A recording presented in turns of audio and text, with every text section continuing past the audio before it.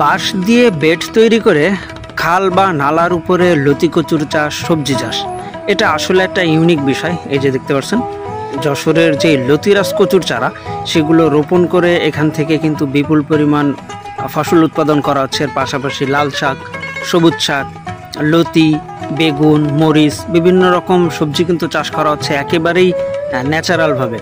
কোনো প্রকার কীটনাশক বা সার ওষুধ এই জিনিসগুলো ব্যবহার ছাড়াই কিন্তু এখান থেকে উৎপাদন করা হচ্ছে। এই যে দেখতে পাচ্ছেন প্রতিনিয়ত কিন্তু এভাবেই প্রত্যেক সপ্তাহে ফলন উত্তোলন করা হয়। আর এটা আসলে বর্তমান সময়ের একটা সেরা চাষি বলা হয়, দেখতেই পাচ্ছেন।